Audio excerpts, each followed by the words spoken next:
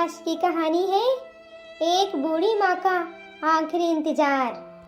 गांव के किनारे एक टूटा फूटा कच्चा मकान था।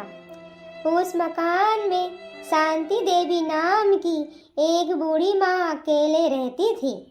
चेहरे पर झुर्रियाँ थी, आंखों में इंतजार और दिल में सिर्फ अपने 3 बेटों का प्यार। जब बच्चे छोटे थे, शांति देवी ने अपने हिस्से का खाना छोड़कर बच्चों को खिलाया। खुद पानी में भीग गई, लेकिन बच्चों को छतरी में रखा। गर्मियों में भूखे पेट सो गई, लेकिन अपने बच्चों की थाली कभी खाली नहीं रहने दी। समय बीता, बच्चे बड़े हुए, पढ़े लिखे और फिर शहर चले गए। माँ की आंखें अब हर रोज दरवाजे पर टिकी रहती है। आज शायद मेरा बेटा आएगा, मुझे अपने साथ ले जाएगा। लेकिन हकीकत कड़वी थी। बड़े बेटे ने फोन पर कहा, माँ, हमारे पास समय नहीं है, आप गांव में ही रहो। दूसरे बेटे ने तो पहले ही मुंह मोड़ लिया था और तीसरा बेटा, जिसे माँ सबसे ज़्यादा प्यार करती थी, उसने भी धीरे धीरे आना बंद कर दिया। कई सालों बाद अचानक तीनों बेटे गांव आए। गांव वालों ने सोचा शायद अब ये माँ को अपने साथ ले जाने आए हैं। माँ की आंखें चमक उठी। माँ की खुशियों का तो मानो ठिकाना ही नहीं था। वो कांपते पैरों से दरवाजे तक दौड़ी और कहा, बेटो, मैं जानती थी तुम जरूर आओगे। और बोली, अब बहुत हो गया, मैं भी तुम्हारे साथ चलूंगी।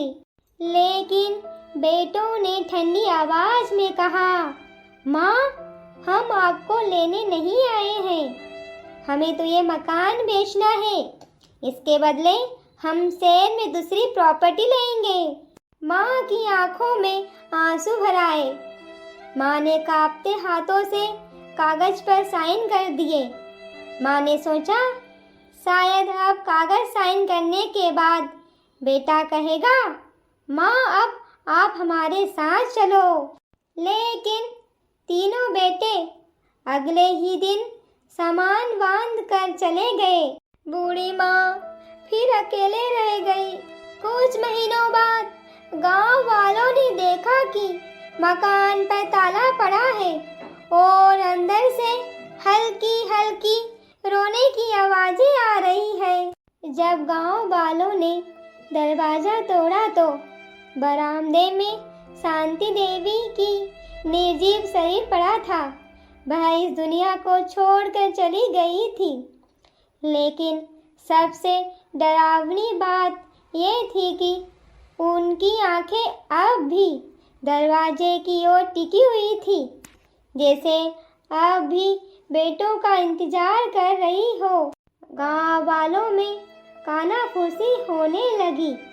कहते हैं, रात में इस मकान से अब भी बूढ़ी माँ की आवाज आती है। कोई माँ अपने बेटे को पुकारती है, बेटा, बेटा, मुझे ले चल अपने साथ। दोस्तों, क्या सच में उस बूढ़ी माँ की आत्मा आज भी अपने बेटों का इंतजार कर रही है, या ये सिर्फ लोगों का वहम है? आपको क्या लगता है? कमेंट में ज़रूर बताइए। और आपको हमारी कहानी अच्छी लगी हो तो चैनल सब्सक्राइब करना, लाइक करना, शेयर करना ना भूलें। धन्यवाद।